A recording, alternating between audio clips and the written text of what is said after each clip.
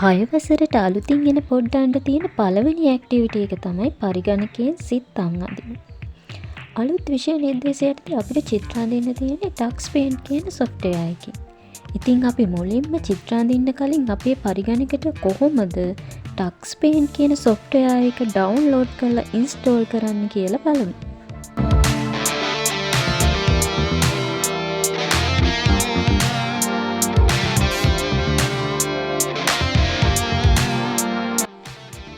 මුලින්ම ඔයාලගේ මැෂින් එකේ තියෙන වෙබ් බ්‍රවුසර් එකක් ඕපන් කරලා මෙන්න මෙතන සර්ච් කරන්න ටක්ස් පේන්ට් කියලා. ඊට පස්සේ මෙන්න මේ වගේ පේජ් එකකට ඔයාලා එනවා. මේකෙන් ටිකක් පහළට ගියාම Microsoft Windows කියලා තියෙනවා. මෙන්න මේ ලින්ක් එක ක්ලික් කරලා ටික වෙලාවක් ගියාට පස්සේ මෙන්න මේ පේජ් එකට ඔයාලා එනවා. මේ පිටුවේ පහළට ගියාම 64 බිට් කියන මෙන්න මේ ලින්ක් එක ක්ලික් කරන්න. ඊට පස්සේ මෙන්න මේ වගේ පේජ් එකකට ඔයාලා එනවා.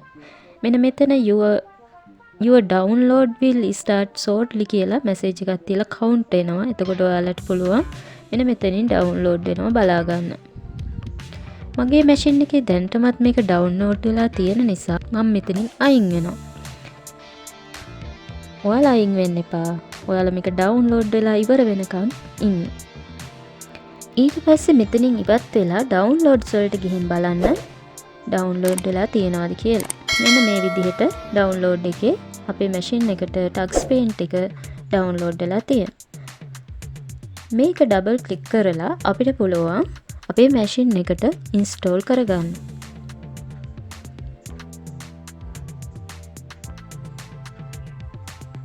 මේ විදිහට ආවම ඕකේ දෙන්න. next දෙන්න. next yes next install දෙන්න. ඊට පස්සේ මෙන්න මේක පිරෙනකන් ඉන්න. install වෙලා ඉවර වෙනකන් ඉන්න.